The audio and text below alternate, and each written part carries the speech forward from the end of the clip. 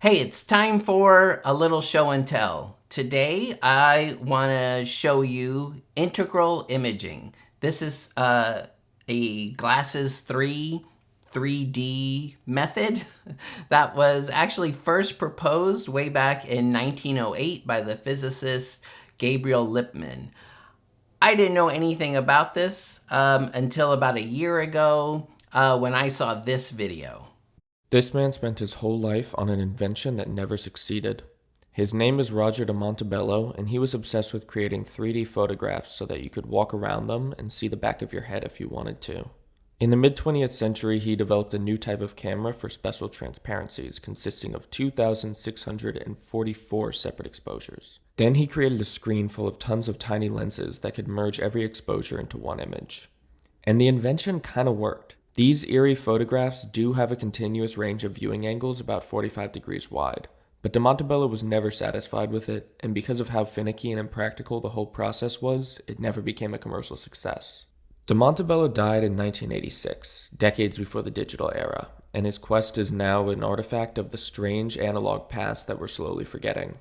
What I love about these images, besides not needing special glasses to see them, is the way the light box and honeycomb lenses combination creates this beautifully imperfect effect, kind of the way old film or old videotape can be beautiful.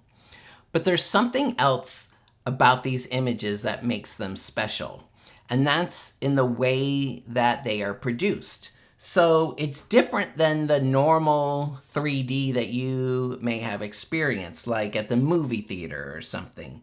In that kind of 3D, how it works is basically you have two images, one for the left eye, one for the right eye, taken from those perspectives. And then when you're in the movie theater, you use those special glasses, make sure that your one eye sees one and the other eye sees the other. That's how these old kind of red-blue glasses work, right? So the blue image goes through the red lens, looks black, and so your left eye can see it, where the red image becomes invisible, and vice versa. And so you see one image in one eye, one in the other eye. It's how like this camera works, right? It's got these two lenses on the front, so it can take two videos from slightly different perspectives about the same distance apart as your eyes, right?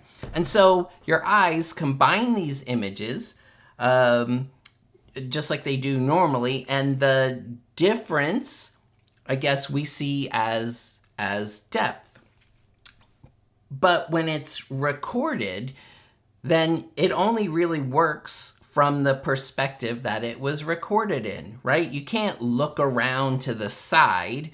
It then appears more like flat planes that are either closer or farther away from you. It's not three-dimensional volumes because the image was never taken from the side or the top or anything. And this is where integral images are different.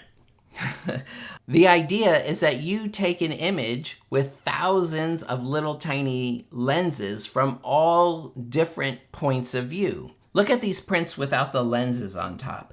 There are thousands, actually 2,644 little tiny images that were all taken from slightly different angles all at once. And when you put the lens back on top of the print, the image is reconstructed from all these different angles. And so as you move around it, the parallax works in all directions. Look at this video of an integral image of de Montebello. Notice how the camera is slightly above the image, and so it looks as if we're looking slightly down on a real object. It's so cool. But here's the deal. Making these kinds of images is a pain in the ass. So you need this array of all the tiny lenses, and you need to put the object 3/4 of an inch away from the array so that it can take pictures of it from all those different angles.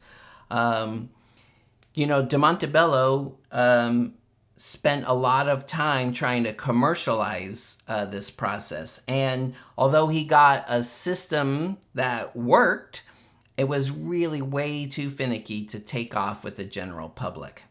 He died in the late 80s, but a few years before that, he hired the artist M. Henry Jones as an assistant. This here is a portrait of him from that time.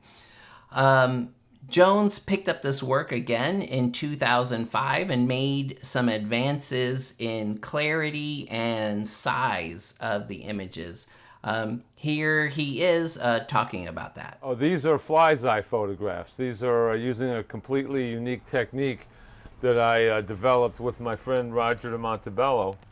He was the inventor in the 50s, and then I worked with him closely for a year or so in the late 1980s, and I'm recently carrying his work a lot further, and these are integral photographs that are made up of thousands of tiny photos that are taken with a camera that takes a photo all at once, made up of all these little photos, and then we put it behind a plastic screen, and the plastic screen reintegrates it into a three-dimensional image.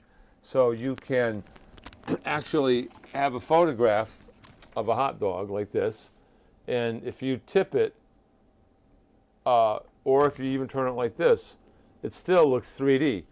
The fly's eye photography is great for this because the lenticular, when you turn to lenticular photography like this, it doesn't work as 3D anymore. So this is a really super advanced system, and I'm really happy to be able to work with it. And I've been working on this for maybe 4 or 5 years, and I finally got it to a point where it's starting to really bang. There was even some interest in developing 3D TVs with this technology about 15 years ago, but it doesn't appear to have really gone anywhere. And I think even though you could argue that VR, which I am also fascinated with, you could argue that it makes this whole idea obsolete.